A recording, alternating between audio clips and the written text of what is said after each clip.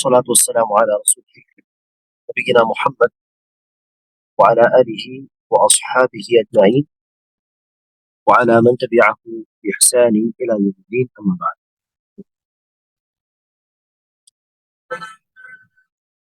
சென்ற ஒரு வகுப்புல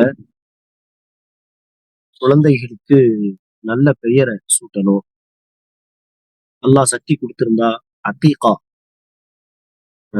செய்யணும், குழந்தைக்காக குழந்தை சார்பாக முடிய கலைத்து அதுக்கு சமமான வெள்ளி அல்லது அந்த வெள்ளிக்கு சமமான காசு சதகாவாக கொடுக்கணும். இப்படி சில சட்டங்களை நம்ம பார்த்துருந்தோம். அடுத்த கட்டமாக குழந்தை வளர்ப்பு என்கிற பாட்ட பொறுப்பு, ஒரு முக்கியமான ஒரு கடமை பெற்றோர் மீது வருகிறது. அந்த கடமையை இந்த பொறுப்புணர்வோடு, இந்த கடமை உணர்வோடு பெற்றோர்கள் செய்யணும். இந்த கடமை உணர்வு இல்லை என்றால், இந்த பொறுப்புணர்வு இல்லை என்றால், இந்த இஸ்லாமிய முறைப்படி தர்பீத் செய்ய வேண்டும் என்று மார்க்கம் நமக்கு என்ன விஷயங்களை வலியுறுத்துகிறதோ அதை ஒருபோதும் செய்ய முடியாது. இந்த பொறுப்புணர்வு உள்ளத்தில் ஏற்பட வேண்டும். இந்த பொறுப்புணர்வை ஏற்படுத்தும் விதமாக தான் அல்லாஹ் சுப்ஹானஹு வ தஆலா குர்ஆனில் சொல்கிறான், தஹ்ரீம் அத்தியாயத்திலே, யா அய்யுஹல்லதீன ஆமனூ கூ அன்ஃபுஸகும் வ அஹ்லீகும் நாரா, நம்பிக்கை கொண்டவர்களே, நீங்கள் தன்னையும் தன்னுடைய மக்களையும் நரக நெருப்பிலிருந்து பாதுகாத்துக் கொள்ளுங்கள், காப்பாற்றிக் கொள்ளுங்கள். ஆகவே அல்லாஹ் சுப்ஹானஹு வ தஆலா இந்த வசனத்திலே ஒவ்வொரு பெற்றோருக்கும் தன்னை, அதே போல் தன்னுடைய மக்களை நரகத்திலிருந்து காப்பாற்றிக் கொள்ளக்கூடிய, பாதுகாத்துக் கொள்ளக்கூடிய மிகப்பெரிய ஒரு பொறுப்பை வழங்குகிறான். ஆகவே பெற்றோர் இந்த பொறுப்பை முதலாவதாக உணர வேண்டும். அவர்கள் குழந்தைகளுக்காக இந்த உலக வாழ்க்கையில் வாழ்வதற்கு செய்து தரக்கூடிய விஷயங்கள், அவர்கள் செய்யக்கூடிய கடமைகள், அதுவும் கடமைதான். ஆனால் பெற்றோர்கள் அறிந்து கொள்ள வேண்டும், அந்த கடமைகளை விட இந்த குழந்தைகளை, நம்முடைய பிள்ளைகளை வறுமை வாழ்க்கையில் வெற்றி பெறக்கூடிய நன்மக்களாக உருவாக்குவது, நரகத்திலிருந்து பாதுகாப்பது, இதுதான் அதைவிட மிகப்பெரிய கடமை. அல்லாஹ் சுப்ஹானஹு வ தஆலா குர்ஆனில் சொல்கிறான், ஃபமன் ஸுஹ்ஸிஹ அனின் நாரி வ உத்கிலல் ஜன்னத ஃபகத் ஃபாஸ், யார் நரகத்தை விட்டு அப்புறப்படுத்தப்பட்டு தூரமாக்கப்பட்டு சொர்க்கத்தில் நுழைக்கப்படுகிறாரோ அவர் வெற்றி பெற்று விட்டார். இந்த வெற்றிக்கான வழியில், பாதையில் எப்படி நடப்பது, எப்படி பயணிப்பது என்பதை சொல்லிக் கொடுப்பதுதான் பெற்றோருடைய மிகப்பெரிய கடமை. இந்த கடமைக்கு அடுத்துதான் அவர்களுக்கு உலக வாழ்க்கையில் சுகமா வாழ்வதற்கு அவர்களுடைய தேவைகளை பூர்த்தி செய்வது, வசதி வாய்ப்புகளை ஏற்படுத்தி தருவது, இது எல்லாமே அடுத்து வரக்கூடிய கடமைகள். அதையும் மார்க்கம் வலியுறுத்துகிறது. பிள்ளைகளுடைய உலக தேவைகளை பூர்த்தி செய்வது, அதுவும் நம்முடைய கடமைதான், பெற்றோருடைய கடமைதான். அதையும் மார்க்கம் வலியுறுத்துகிறது. ஆனால் அதைவிட பெரிய கடமைதான் மார்க்க ரீதியாக அவர்களுக்கு தர்பியத் செய்வது என்பதை நாம் புரிந்து கொள்ள வேண்டும். நபி ஸல்லல்லாஹு அலைஹி வஸல்லம் அவர்கள் ஒரு முறை அம்ர் பின் ஆஸ் கிடையாது, சஅத் பின் அபி வக்காஸ் ரலியல்லாஹு அன்ஹு அவர்களுடைய உடல்நிலை சரியில்லாமல் இருந்தது. ரசூல் அவர்களை நலம் விசாரிக்க வந்தார்கள். வந்து பார்த்தால் நிலைமை மிக மோசமாக இருந்தது. அப்போது ஸல்லல்லாஹு அலைஹி வஸல்லம் அவர்கள், ரசூலுல்லாஹி ஸல்லல்லாஹு அவர்கள் சஅத் பின் அபி வக்காஸை நலம் விசாரிக்க அந்த சமயத்தில் அவர்கள் ரசூலிடம் ஒரு மார்க்க தீர்ப்பு ஃபத்வாவை கேட்கிறார். என்ன ஃபத்வா? அவருக்கு பிள்ளைகள் யாரும் கிடையாது, ஒரே ஒரு மகள் அநேகமாக.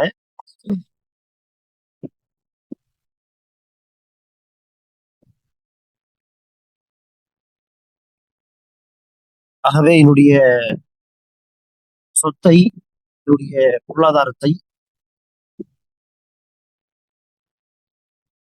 சதகாவாக தந்து விடுவா, மரணிப்பதற்கு முன்பாகவே சதகாவாக தந்து விடுவா என்று சஅத் பின் அபி வக்காஸ் ரலியல்லாஹு அவர்கள் கேட்கிறார். ஆரம்பத்தில் அவர்கள் கேட்ட கேள்வி, என்னுடைய பாதி சொத்து சதகாவாக தந்து விடுவா, அதாவது பாதி மகளுக்கு, பாதி ஏழைகளுக்கு. சரி, ஆரம்பத்தில் அவர்கள் கேட்ட கேள்வி மூன்றில் 2 பங்கு. 3 லட்சம் இருந்தால் உதாரணத்திற்கு 2 லட்சம், படி 3இல் 2 பங்கு ஏழைகளுக்கு கொடுத்து விடுவா. ரசூல் சொன்னார்கள், இல்லை, மரண தருவாயில் இப்படி செய்வது அனுமதிக்கப்பட்டது கிடையாது. அடுத்து அவர்கள் கேட்டார்கள், சரி பாதி சொத்து, அதாவது பாதி சொத்து மகளுக்கு, வாரிசுக்கு, பாதி சொத்து ஏழைகளுக்கு. ரசூலுல்லாஹி ஸல்லல்லாஹு அலைஹி அவர்கள் சொன்னார்கள், இல்லை, கூடாது. பிறகு மூன்றாவதாக அந்த சஹாபி இன்னும் குறைத்து சொன்னார்கள், சரி அல்லாஹ்வின் தூதரே, 3இல் 1 பங்கு, அதாவது 3இல் 2 பங்கு வாரிசுக்கு, மகளுக்கு, அந்த 1 பங்கு, 3இல் 1 பங்கு ஏழைகளுக்கு கொடுக்கவா? அஸ்ஸுலுஸ் என்று கேட்க ரசூல் அவர்கள் சொன்னார்கள், நஅம் வஸ்ஸுலுசு கஸீர், 3இல் 1 பங்கு என்பதை அதிகம்தான். அதாவது வாரிசுகளுக்கு போய் சேர வேண்டிய சொத்தில் இறந்து போவதற்கு முன்பாக 3இல் 1 பங்கு வாரிஸ் அல்லாத மக்களுக்கு, ஏழைகளுக்கு கொடுக்கும்படி வசியத் செய்வது அதுவே அதிகம்தான் என்று ரசூல் அவர்கள் சொன்னார்கள். வஸ்ஸுலுசு கஸீர். பிறகு ரசூலுல்லாஹி அவர்கள் குறிப்பிட்டார்கள், லஅன் தத்ருக ஆலதக அக்னியா خير لك من أن تتركهم عالة يتكففون الناس. நீங்கள் தன்னுடைய வாரிசுகளை, தன்னுடைய பிள்ளைகளை வசதி வாய்ப்போடு விட்டு செல்வது, வசதி வாய்ப்பு இல்லாமல் மக்களிடம் கையேந்தும் விதமாக விட்டு செல்வதை விட சிறந்தது என்று சொன்னார்கள். தன்னுடைய பிள்ளைகளை பிறரிடம் கையேந்தி உதவி கேட்கும் நிலையில் விட்டு செல்வதை விட வசதி வாய்ப்போடு விட்டு செல்வது சிறந்தது. ஆகவே பிள்ளைகளுக்காக ஹலாலான விதத்தில் சம்பாதித்து அவர்களுடைய ஃபியூச்சரை பற்றி கவலைப்பட்டு சொத்து சேர்ப்பது, அவர்களுக்கு வசதி வாய்ப்பு ஏற்படுத்தி கொடுப்பது, இதுவும் ஒரு விதத்திலே மார்க்கம் வலியுறுத்தக்கூடிய விஷயம்தான், பெற்றோருடைய பொறுப்பில் வரக்கூடிய ஒரு முக்கியமான விஷயம்தான். ஆனால் இதைதான் பெரிய கடமையாக, பெரிய ஒரு பொறுப்பாக, மிக பிரதானமான ஒரு பொறுப்பாக நினைக்கிறார்கள் பல பெற்றோர்கள். அதைவிட பெரிய பொறுப்பு என்னவோ அதை மறந்துவிட்டு, அதற்கு முக்கியத்துவம் தராமல், அந்த பொறுப்பு உணர்வே கிடையாமல், சொல்ல போனால் அதற்கு பொறுப்புணர்வு இருந்தால்தான் அடுத்து முயற்சி செய்ய முடியும். பொறுப்புணர்வே கிடையாது பெரும்பாலும் இந்த விஷயத்திலே. ஆகவே முயற்சியும் செய்வது கிடையாது. ஆகவே மிக பெரிய பொறுப்பை குறித்து அலட்சியமாக இருக்கிறார்கள். அடுத்த கட்ட பொறுப்பை மிகப்பெரிய பொறுப்பாக நினைத்து நடைமுறைப்படுத்துகிறார்கள். அதனுடைய விளைவுதான் என்னது? சமீபத்தில் நான் கேள்விப்பட்ட ஒரு சம்பவம், உண்மை சம்பவம். பெங்களூரில் இந்த சம்பவத்தை என்னுடைய ஆசிரியர் பதிவு செய்தார்கள். ஒரு நிகழ்ச்சியிலே சொன்னார்கள், பெங்களூரில் ஒரு இளைஞர், முஸ்லிம் குடும்பத்தில் பிறந்த ஒரு இளைஞர் என்ன செய்கிறார், இந்த எல்ஜிபிடி போன்ற ஃபித்னாவில் ஈடுபட்டு வீட்டை விட்டே சென்று விட்டான், வெளியேறி விட்டான். சென்ற அந்த எல்ஜிபிடி என்கிற அந்த மக்களோடு சேர்ந்து இருப்பது, இப்படியெல்லாம் செய்ய தொடங்கி ஒரு கட்டத்திலே வீட்டுக்கே வராத அந்த மகனை தேடி கண்டுபிடித்து வீட்டுக்கு வா என்று வலுக்கட்டாயமாக அழைத்த பொழுது, அவன் வீட்டுக்கு வருவதற்காக வேண்டி, வீடு திரும்புவதற்காக வேண்டி அவன் போட்ட கண்டிஷன் என்னவென்றால், தன் பெற்றோரிடம், நான் வீட்டுக்கு வர தயார், ஆனால் என் முன்னால் மார்க்கத்தை குறித்து பேசக்கூடாது, அந்த டாபிக்கே வரக்கூடாது. அதற்கு நீங்கள் சரி என்று சொன்னால் நான் வருவேன் என்று சொல்லி அதற்கு அவர்கள் சரி ஓகே என்று சொல்லி அழைத்து சென்றார்கள். அல்லாஹ் பாதுகாக்க வேண்டும். அவரை கொஞ்சம் கொஞ்சமாக புரிய வைக்க முயற்சிக்கலாம். ஆனால் அதே நேரத்திலே அப்படிப்பட்ட ஒரு இளைஞன் வீட்டுக்கு வந்து அந்த இளைஞனுக்கு சகோதர சகோதரிகள் இருந்தால் அந்த சகோதர சகோதரிகளுடைய ஈமானும் பாதிப்படைய வாய்ப்புகள் உண்டா இல்லையா? அப்படிப்பட்ட ஒருவனை வீட்டில் அழைத்து வந்து வைத்தார். இப்படி பாருங்கள், இந்த ஒரு மோசமான விளைவு ஏற்படுவதற்கான முக்கிய காரணம் பெரும்பாலும் அது பெற்றோருடைய தவறாக தான் இருக்கும். பெரும்பாலும் சில இடங்களில் பெற்றோர் என்னதான் நல்ல தர்பியத் செய்தாலும், நல்ல அறிவை கொடுத்தாலும், ஒழுக்கங்களை சொல்லித் தந்தாலும், அதையும் மீறி வழிகட்டு போவதற்கான வாய்ப்புகள் உண்டு. அதை மறுக்க முடியாது. நூஹ் அலைஹிஸ்ஸலாமுடைய மகனும் நூஹ் அலைஹிஸ்ஸலாமுடைய அழைப்பை ஏற்றுக்கொள்ளவில்லை, ஒரு மகன். இப்படி என்னதான் நல்ல தர்பியத்து செய்தாலும் வழி தவறி போவதற்கான வாய்ப்புகளும் உண்டு. அதை மறுக்க முடியாது. ஆனால் பெரும்பாலும் இத்தகைய பிரச்சனைகளுக்கு முக்கிய காரணம் பெற்றோருடைய சரியான தர்பியத்து இல்லாமல் இருப்பதுதான். சரியான தர்பியத்து செய்யவில்லை. மார்க்கத்தை குறித்து அடிப்படை விஷயங்களையும் பிள்ளைகளுக்கு சொல்லித் தரவில்லை. இப்படிப்பட்ட நிலையில்தான் பெரும்பாலும் வழி தவறி போகிறார்கள். நேற்று கூட ஒரு பதிவை பார்த்தேன். ஒரு நபர், அவருடைய பெயர் முஸ்லிம் பெயராக தான் இருக்கிறது, அனீஸ் அப்படின்ட்டு பெயர் அனீஸ். ஆனால் அவன் தன்னுடைய ப்ரொஃபைலில் எழுதி வைத்திருக்கிறான், நான் ஒரு பிளடி ஏத்திஸ்ட், நான் ஒரு ஏத்திஸ்ட், எனக்கு மார்க்கம் மதம் இது எல்லாமே பிடிக்காது. அவனுடைய ப்ரொஃபைலை எடுத்து பார்த்தால் நவுது பில்லாஹ் குர்ஆன் ஹதீஸுக்கு எதிராக, மார்க்கத்துக்கு எதிராக நிறைய தவறான பதிவுகள். அதற்கு ஒரு உதாரணம் என்று சொல்வதாக இருந்தால், எப்படி இஸ்லாத்தை அவன் தவறாக மக்களுக்கு தன்னுடைய ப்ரொஃபைலில் சித்தரிக்கிறான் என்று பாருங்கள். உதாரணத்திற்கு, இஸ்லாம் முஸ்லிம் அல்லாதவர்களை சித்திரவதை செய்யக்கூடிய ஒரு மார்க்கம் என்று ஒரு தலைப்பு, ஒரு ஏகப்பட்ட தலைப்பு, 10-15 தலைப்புகள். எல்லாத்திலும் ஆதாரங்களை கான்டெக்ஸ்ட் இல்லாமல், முன்பின் உள்ள விஷயங்களை எல்லாம் வெட்டி கான்டெக்ஸ்ட் இல்லாமல் போட்டு இஸ்லாத்தை தவறாக சித்தரிக்கும் விதமாக பதிவுகள் போடப்பட்டிருந்தது. அதில் ஒரு தலைப்பு என்னவென்றால், இஸ்லாம் முஸ்லிம் அல்லாதவர்களை டார்ச்சர் செய்யக்கூடிய, சித்திரவதை செய்யக்கூடிய ஒரு மார்க்கம். சரி, என்ன அதுல ஆதாரமா கொடுத்திருப்பாங்க என்று போய் பார்த்தால், முஸ்லிம்களுடைய ரசூலுல்லாஹி ஸல்லல்லாஹு அலைஹி வஸல்லம் அவர்களுடைய ஒட்டகங்களை எடுக்க முயற்சித்த ஒரு கூட்டத்தை நபி ஸல்லல்லாஹு அலைஹி வஸல்லம் அவர்கள் கொலை தண்டனை விதித்தார்கள். அவர்களுடைய கண்களில் இந்த இரும்பு போன்ற விஷயங்கள் கொண்டு அவர்களுடைய கண்கள் எடுக்கப்பட்டன. இப்படி செய்தி, ஆதாரபூர்வமான செய்தி தான், அதை மறுக்க முடியாது. ஆனால் அவர்கள் செய்த காரியத்தை பாருங்கள். எப்படிப்பட்ட ரெஃபரன்ஸை தருகிறார்கள் சொன்னால், அந்த ரெஃபரன்ஸில், அந்த புக்குடைய அந்த ஹதீஸில் இவ்வளவுதான் இருக்கிறது செய்தி. ஒட்டகங்களை எடுத்தார்கள், ஓட்டி சென்றார்கள். ஆகவே முகமது நபி அவரை கொலை செய்தார். அந்த கூட்டத்தை அவருடைய கண்களை எல்லாம் எடுத்து விட்டார்கள். இவ்வளவுதான் உண்டு செய்தி.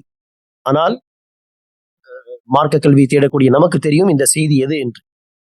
இது எது தொடர்பான செய்தி? இது சில பேர் மதீனாவுக்கு வந்தார்கள், அது இஸ்லாத்தை தழுவினார்கள், வெளிப்படையாக நடிப்புக்காக.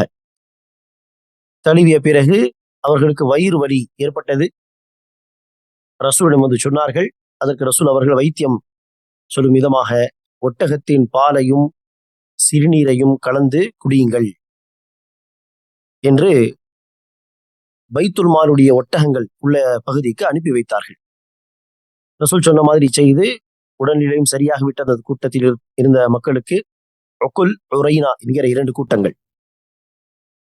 உடல்நிலை சரியான பிறகு என்ன செய்தார்கள்? அந்த கூட்டத்தில் இருந்த ஆண்கள் எல்லாம் குறிப்பாக அந்த பைத்துல் மாலுடைய ஒட்டகங்களுக்கு காவல் காக்கும் விதமாக பாதுகாப்புக்கு பொறுப்பில் இருந்த ஒரு சஹாபியை கொலை செய்து அவருடைய கண்களை இரும்பால் பறித்து இப்படியெல்லாம் கொடூரமாக கொலை செய்து ஓடிவிட்டார்கள். அந்த கூட்டத்தை தான் ரசூல் அவர்கள் என்ன செய்தார்கள்? கொலை செய்த அத்தனை ஆண்களையும் பிடித்து அதே போல் என்ன செய்யுங்கள், கொலை தண்டனை விதியுங்கள் என்று. இந்த கான்டெக்ட் எல்லாம் இல்லாத ஒரு செய்தியாக செலக்ட் பண்ணி அதில் போட்டு வைத்திருக்கிறார்கள். இத்தனைக்கும் அவன் யார்? அனீஸ் என்று ஒரு முஸ்லிம் குடும்பத்தில் பிறந்தவன். கேரளாவில் ஒரு தனி குரூப்பே உண்டு, எக்ஸ் முஸ்லிம்ஸ் என்று. அநேகமா அந்த குரூப்பை சார்ந்தவன். அல்லாஹு அலம். இது எல்லாம் பெரும்பாலும் விதிவிலக்கு இருக்கலாம், ஆனால் பெரும்பாலும் இத்தகைய மக்கள் உருவாகுவதற்கு காரணம் பெற்றோர் தான். பெற்றோருடைய சரியான தர்பியத் கிடையாது. உலக படிப்பெல்லாம் சொல்லிக் கொடுத்து விட்டார்கள், அதற்கு ஏற்பாடுகள் செய்தார்கள், அதற்கு கவலைப்பட்டார்கள். ஆனால் மார்க்க கல்வி சொல்லி தரவில்லை, அடிப்படை விஷயங்களை கூட போதிக்கவில்லை. அப்படிப்பட்ட பொறுப்பற்ற பெற்றோர்களுடைய வீட்டில்தான் இப்படிப்பட்ட சம்பவங்கள் அதிகமாக நடக்கிறது. சில வீடுகளில் அல்லாஹுடைய நாட்டம், என்னதான் பெற்றோர் முயற்சி செய்தாலும், தர்பியத்தை செய்திருந்தாலும், அடிப்படை கல்வியை சொல்லிக் கொடுத்திருந்தாலும் வழி தவறி போகக்கூடிய மக்களும் உண்டு. சில நாட்கள் முன்பு கேள்விப்பட்ட இன்னொரு சம்பவம், மனவேதனை தரக்கூடிய சம்பவம். ஒரு மதரசாவில் 3 வருடங்கள் மார்க்க கல்வி படித்த ஒரு இளம்பெண், 3 வருடம் மதரசாவில் தங்கி இருந்து மார்க்க கல்வி தேடிய ஒரு இளம்பெண் காஃபிரோடு ஓடி போய் விட்டார். ஓடி போய் இன்ஸ்டாகிராமிலே தல தீபாவளி என்று போட்டோ, அந்த காஃபிரோடு எடுத்த போட்டோ. இத்தனைக்கும் 3 வருடம் மதரசா படித்த ஒரு பெண், இளம்பெண். என்ன காரணம் என்று விசாரிக்க, ஆரம்பத்தில் தன்னுடைய குடும்பத்திலேயே ஒரு மாப்பிள்ளை பார்த்தார்கள். ஆனால் என்கேஜ்மெண்ட்க்கு பிறகுதான் தெரிந்தது அவன் ஒரு ட்ரக்ஸ் அடிக்ட் என்று. தெரிந்த பிறகு அந்த திருமண ஆலோசனை, அந்த என்கேஜ்மெண்ட்டை முறித்து விட்டார்கள், வேண்டாம் என்று. அந்த மன உளைச்சலில் இருந்த அந்த இளம் பெண் ஏதோ இன்ஸ்டாகிராம் வழியாக யாரோ மெசேஜ் பண்ண பேச, அப்படியே ஒரு கட்டத்தில் நவுதுபில்லா ஓடி போய்விட்டால் இஸ்லாத்தை விட்டு. நெத்தியிலெல்லாம் அந்த பொட்டு எல்லாம் வைத்து தல தீபாவளி என்று போட்டோ. அந்த போட்டோவை பார்த்து இந்த கூட படித்த வகுப்பு தோழிகள், இது இன்னாருடைய போட்டோ தானே என்று கண்டுபிடித்து விசாரித்து பார்த்தால் ஆம், செய்தி உண்மைதான். இப்படி மதரசா படிப்பெல்லாம் தந்து மார்க்க அறிவு தர வேண்டும் என்ற முயற்சி செய்திருக்கிறார்கள் பெற்றோர். அதையும் மீறி ஒரு இது நடக்கிறது. இப்படியும் நடக்கும், அதை மறுக்க முடியாது. ஆனால் பெரும்பாலான பிரச்சனைகளுக்கு அடிப்படை காரணம் மார்க்கத்தை பெற்றோர் சொல்லியே தரவில்லை, அதில் கவனம் செலுத்தவில்லை என்பதுதான். ஆகவேதான் அந்த பொறுப்புணர்வை முதலாவதாக நாம் உள்ளத்திலே ஏற்படுத்திக் கொள்ள வேண்டும். பிறருக்கும் அந்த பொறுப்புணர்வை ஊட்ட வேண்டும். ஆக அல்லாஹ் சுப்ஹானஹு வ தஆலா பிள்ளைகளை வளர்க்கக்கூடிய, அவர்களுக்கு உலக வாழ்க்கையில் தேவையான தேவைகளை செய்து தரக்கூடிய, பூர்த்தி செய்யக்கூடிய பொறுப்பை தந்திருக்கிறான். அதையும் மார்க்கம் வலியுறுத்துகிறது, ஆதாரத்தை சொன்னோம். ஆனால் அதை விட பெரிய பொறுப்பு தான் அன்ஃபுஸக்கும் வ அஹ்லீக்கும் நாரா, தன்னையும் தன்னுடைய மக்களையும் பிள்ளைகளையும் நரக நெருப்பை விட்டு பாதுகாத்துக் கொள்ளுங்கள். வகூதுஹா அன்னாஸு வல் ஹிஜாரா, அந்த நரகத்தின் எரிபொருள் மனிதர்களும் கற்களும் இருக்கும். அலைஹா மலாயிகத்துன் கிலாதுன் ஷிதாதுன் லா யஅஸூன அல்லாஹ மா அமரஹும் வ யஃஅலூன மா யுமரூன். அந்த நரகத்திலே வேதனை செய்வதற்கு சில கடுமையான இரக்கம் காட்டாத கடுமையான மலக்குமார்கள் இருப்பார்கள். அவர்கள் அல்லாஹுடைய சொல் பேச்சை மீற மாட்டார்கள். அவர்களுக்கு கட்டளையிடப்பட்டதை அப்படியே செய்வார்கள் என்று அல்லாஹ் சுப்ஹானஹு வ தஆலா அச்சமூட்டி எச்சரிக்கை செய்கிறான். ஆகவே இந்த பொறுப்புணர்வை நாம் ஏற்படுத்தி கொண்டால்தான் அதற்கு முயற்சி எடுப்பதை குறித்து நாம் என்ன செய்வோம், யோசிப்போம். ஆகவே இந்த பொறுப்புணர்வு நம்முடைய உள்ளத்தில் ஏற்பட வேண்டும். இது முதலாவது விஷயம். இதற்கு அடுத்ததாக, சரி, மார்க்கம் சொல்லக்கூடிய வழிமுறையில் தர்பியத் செய்ய வேண்டும் என்றால் எப்படி தர்பியத் செய்வது, அது எப்படி சாத்தியம் என்று சொன்னால், தர்பியத் என்றாலே, இஸ்லாமிய தர்பியத் என்று சொன்னாலே இஸ்லாத்தின் அடிப்படை கல்வியை போதிப்பதும், தேவைப்படும் பொழுதெல்லாம் அவர்களுக்கு இஸ்லாத்தின் சட்டங்களையும் பாடங்களையும் சொல்லி தருவதும் தான் என்னது இஸ்லாமிய தர்பியத். இஸ்லாமிய தர்பியத் என்று சொன்னால் வற்புறுத்தி ஏதாவது ஒரு காரியத்தை செய்ய வைப்பது கிடையாது. இந்த நாலேஜை கொடுப்பது, இதை செய்ய வேண்டும், இதை செய்யக்கூடாது என்ற அந்த நாலேஜை கொடுப்பதுதான் என்னது இஸ்லாமிய தர்பியத்.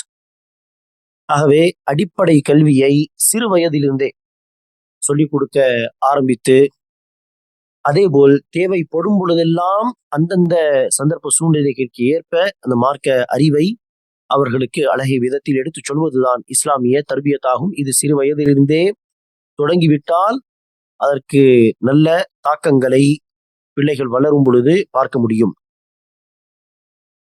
இதில் தாமதப்படுத்தக்கூடாது. நபி ஸல்லல்லாஹு அலைஹி வஸல்லம் அவர்கள் தொழுகை விஷயத்திலே சொன்னார்கள், முரு அவுலாதக்கும் பிஸ்ஸலாத்தி வஹும் அப்னாஉ சப்இன் வத்ரிபூஹும் அலைஹா வஹும் அப்னாஉ அஷ்ரின். உங்களுடைய பிள்ளைகள் 7 வயதை அடைந்து விட்டால் அவர்களுக்கு தொழும்படி கட்டளையிடுங்கள். 10 வயதை அடைந்த பின்பும் தொழாவிட்டால் அடித்து தொழும்படி சொல்லுங்கள். இந்த ஹதீஸை வைத்து நேரடியாக உள்ள ஒரு கருத்து என்ன, 7 வயதை அடைந்தால் தொழும்படி சொல்ல வேண்டும். இது நேரடியான கருத்து, நேரடியான சட்டம். 10 வயதை அடைந்தும் பேச்சு கேட்கவில்லை தொழுகை விஷயத்தில் என்றால் அடித்து தொழும்படி சொல்ல வேண்டும், விடக்கூடாது. சரி, இதே ஹதீஸ் மூலியமாக புரிந்து கொள்ள வேண்டிய ஒரு இன்டைரக்டான ஒரு சட்டம் என்ன, தர்பியத்து ஆரம்பிக்கக்கூடிய காலம் 4 வயதில் ஆரம்பிக்கவில்லையா, 5இல் ஆரம்பிக்கவில்லையா, 6இல் ஆரம்பிக்கவில்லையா, சரி, ஓகே. ஆனால் 7 வயதை அடைந்து விட்டால் அவசியம் தர்பியத்தை ஆரம்பித்து விட வேண்டும்.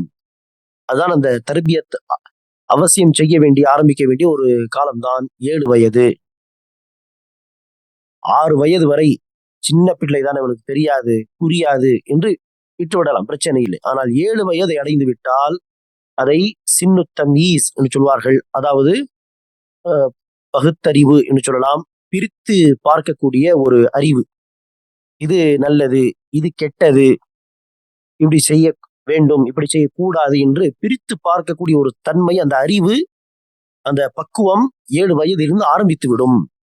7 வயது உள்ள ஒரு பிள்ளை உட்கார வைத்து இப்படி செய்கிறார்கள் சில பேர் இப்படி செய்கிறார்கள், இதில் எது சரி எது தவறு என்று சொன்னால் அந்த பிள்ளை என்ன செய்யும், 7 வயது உள்ள பிள்ளை இது தவறு இது கரெக்ட் என்று சொல்லும். பிரித்து பார்க்கக்கூடிய அந்த தன்மை 7 வயதில் ஆரம்பித்து விடும் நிச்சயமாக. ஆகவே அந்த 7 வயதிலிருந்து அவசியம் தன்னுடைய தர்பியத்தையும் பெற்றோர்கள் ஆரம்பித்து விட வேண்டும். அவர்களுக்கு அடிப்படை இஸ்லாமிய கல்வியை தருவதற்கு ஏதாவது ஏற்பாடு, அந்தந்த நேரத்தில் தேவைப்படுகின்ற சட்டங்களை சொல்வது என்று அந்த வயதிலிருந்து தர்பியத்தை ஆரம்பிப்பது மிக மிக அவசியம். 7 வயது அடைந்த பிறகும் சின்ன பிள்ளை, அவனுக்கு என்ன தெரியும், அவனுக்கு புரியாது, பிறகு சொல்லலாம் என்று சொல்லக்கூடாது.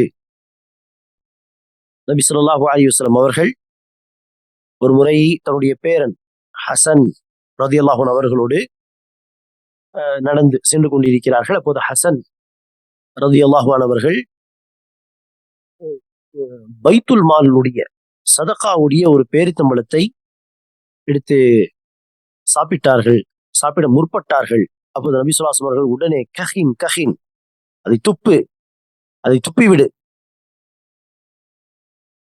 உனக்கு அது சதகாவுடைய பேரித்தம்பளம், சதகா என் மீது, என்னுடைய குடும்பத்தார் மீது அல்லாஹ் ஹராமாக்கி வைத்திருக்கிறான் ஜக்காத்தை என்று உனக்கு தெரியாதா என்று நபி ஸல்லல்லாஹு அலைஹி வஸல்லம் அவர்கள் யாருக்கு சொல்லித் தருகிறார்கள்? ஹசன் ரலியல்லாஹு அன்ஹு. ஹசன் ரலியல்லாஹுடைய பிறப்பு அண்ட் ரசூலுடைய இறப்பு என்கிற அந்த டேட்டை நீங்கள் எடுத்து பார்த்தால் தெரியும்.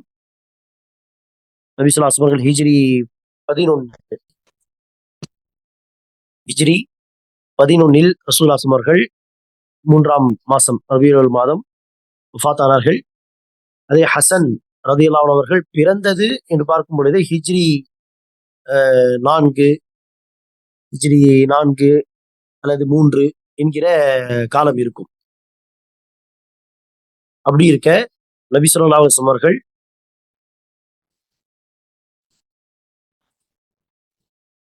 வஃபாத்தாகும் பொழுது ஹசன் ரலியல்லாஹு அன்ஹு அவர்களுக்கு 6 வயது அல்லது அதிகபட்சம் 7 வயது இருக்கலாம், அல்லாஹு அலம். நபி ஸல்லல்லாஹு அலைஹி வஸல்லம் அவர்கள் வஃபாத்தாகும் பொழுது அலி ரலியல்லாஹு அன்ஹு அவர்களுக்கு 7 வயது இருந்திருக்கும் என்று சொன்னால் யோசித்து பாருங்கள். அந்த வயதிலே ரசூல் அவர்கள் இந்த சட்டத்தை, சதகாவுடைய பொருள், சதகா, ஜகாத் போன்ற விஷயங்கள் என் மீது, என்னுடைய குடும்பமாகிய உங்கள் மீதெல்லாம் ஹராம், அதை நாம் சாப்பிடக்கூடாது, வாங்கக்கூடாது என்கிற அந்த சட்டத்தை அவர்களுக்கு சொல்லித் தந்தார்கள். ஹசன் ரலியல்லாஹு அன்ஹு அவர்களுடைய பிறப்பு ஹிஜ்ரி 3 என்று சொன்னால் ரசூலுடைய வஃபாத்தின் பொழுது 7 வயது 8 வயது இருந்திருக்கும். ஆகவே பாருங்கள், ரசூல் ஸல்லல்லாஹு அலைஹி வஸல்லம் அவர்களுக்கு அந்த வயதில் சொல்லிக் கொடுக்க ஆரம்பித்து விட்டார் என்பதற்கு இது ஒரு எடுத்துக்காட்டு. அதே போல்தான் ஒரு முறை ரசூலுல்லாஹி ஸல்லல்லாஹு அலைஹி வஸல்லம் அவர்கள் சஹாபாவோடு உட்கார்ந்து ஒரு பெரிய தட்டிலே ஒரு 4-5 பேர் ஒரு செஹன் வைத்து சாப்பிடுவார்கள். எப்படி சாப்பிட்டுக் கொண்டிருக்கிறார்கள். ஒரு சஹாபி, வயதில் சிறிய சஹாபி வேகமாக வந்து இடது கையை அந்த பாத்திரத்தில் வைக்கிறார். பிஸ்மில்லாவும் சொல்லவில்லை. அப்ப நபி ஸல்லல்லாஹு அலைஹி வஸல்லம் அவர்கள், சின்ன பிள்ளைதானே, அவனுக்கு என்ன தெரியும் என்று விடவில்லை. மாறாக அவருக்கு கண்டிப்பாக 7 வயது இருந்திருக்கும். ரசூலுல்லாஹி ஸல்லல்லாஹு அலைஹி வஸல்லம் அவர்கள் கையை பிடித்து, சாப்பிட விடாமல் கையை பிடித்து சொன்னார்கள், யா குலாம், சிறுவனே, சம்மில்லா, பிஸ்மில்லா என்று சொல். குல் பி யமீனிக், வலது கையால் சாப்பிடு. குல் பிமா யலீக், ஒரு தட்டில் பல பேர் சாப்பிடும்போது உனக்கு அருகில் உள்ள பகுதியிலிருந்து நீ எடுத்து சாப்பிடு என்று நபி ஸல்லல்லாஹு அலைஹி வஸல்லம் அவர்கள் அடிப்படை சட்டத்தையும் அதை தாண்டி உள்ள ஒழுக்கங்களையும் நபி ஸல்லல்லாஹு அலைஹி வஸல்லம் அவர்கள் அந்த சிறுவருக்கு சொல்லிக் கொடுத்தார்கள். ஆகவே இந்த சின்னு தம்யீஸ் என்று அழைக்கப்படுகின்ற 7 வயதை அடைந்து விட்டாலே அவசியம் சொல்லிக் கொடுக்க ஆரம்பித்து விட வேண்டும், தாமதிக்க கூடாது. அந்தந்த நேரத்திலே தேவைப்படும் பொழுதெல்லாம் நன்மை ஏவுவது, தீமையை தடுப்பது, இதற்கு அடிப்படையாக கொள்கையை, மிக முக்கியமாக கொள்கையை சொல்லித் தருவது, சிறு வயதிலிருந்து அவர்களுக்கு அல்லாஹ்வை பற்றிய அடிப்படை விஷயங்கள், அல்லாஹ் வானத்தில் இருக்கிறான், அல்லாஹ் நம்மை கண்காணித்துக் கொண்டிருக்கிறான், அல்லாஹ் தான் நம்முடைய படைப்பாளன், பரிபாலிப்பவன், அவனை மட்டுமே வணங்க வேண்டும், அவனுக்கு இணை வைக்கக்கூடாது, இணை வைக்கக்கூடிய விஷயங்களை நம்முடைய பிள்ளைகள் பார்க்கும் பொழுது, உதாரணத்திற்கு இப்படி செய்யக்கூடாது, இது தவறு என்று தேவைப்படும் பொழுதெல்லாம் அடிப்படை கொள்கையையும் அதே போல ஹராம் ஹலால் தொடர்பான விஷயங்களையும் அவர்களுக்கு சொல்லித்தர ஆரம்பித்து விட வேண்டும். இந்த விஷயத்தில் தாமதம் செய்யக்கூடாது. காரணம், அந்த வயதில் சின்னு தமீஸ் குறைந்தது ஆரம்பித்த உடனே செய்யக்கூடிய அந்த தர்பியத்து தான் பெரிய அளவிலே ஒரு நல்ல தாக்கத்தை ஏற்படுத்தும். வளர்ந்த பிறகு நல்ல விஷயங்களை சொல்லி தந்தால் ஏற்படக்கூடிய தர்பியத்தை விட, தாக்கத்தை விட, அது சிறு வயதில் ஏற்படக்கூடிய தாக்கம்தான் அதிகமாக இருக்கும். ஆகவே சின்னு தமீஸ் 7 வயதிலிருந்தே தர்பியத்தை தொடங்கிவிட வேண்டும். இன்ஷா அல்லாஹ் நம்முடைய அடுத்த வகுப்பில் அல்லாஹ் வாய்ப்பு கொடுத்தால், சலஃப்மார்கள், நம்முடைய முன்னோர்கள் தன்னுடைய பிள்ளைகள் உடைய தர்பியத் விஷயத்தில் எவ்வளவு கவனமாக இருந்தார்கள், எப்படியெல்லாம் தர்பியத்து செய்தார்கள் என்பதற்கு அழகான உதாரணங்களை இன்ஷா அல்லாஹ் நாம் பார்ப்போம். அல்லாஹ் சுப்ஹானஹு வ தஆலா நம் அனைவருக்கும், பெற்றோர்களுக்கு நம்முடைய அந்த பொறுப்பை, அந்த பொறுப்புணர்வை வழங்குவானாக. அந்த பொறுப்புணர்வின், கடமையுணர்வின் வெளிப்பாடாக முறையான தர்பியத்தை அதற்குரிய நேரத்திலிருந்து ஆரம்பிக்கக்கூடிய, அவ்வப்போது அவர்களுக்கு தேவையான மார்க்க சட்டங்களையும் கல்வியையும் தந்து மார்க்கம் சொல்லி தந்த வழிமுறைப்படி நம்முடைய பிள்ளைகளை வளர்க்கக்கூடிய பாக்கியத்தை அல்லாஹ் சுப்ஹானஹு வ தஆலா நமக்கு தந்தருள் புரிவானாக. ஆமீன். وآخر دعوانا الحمد لله رب العالمين. السلام عليكم ورحمة الله وبركاته.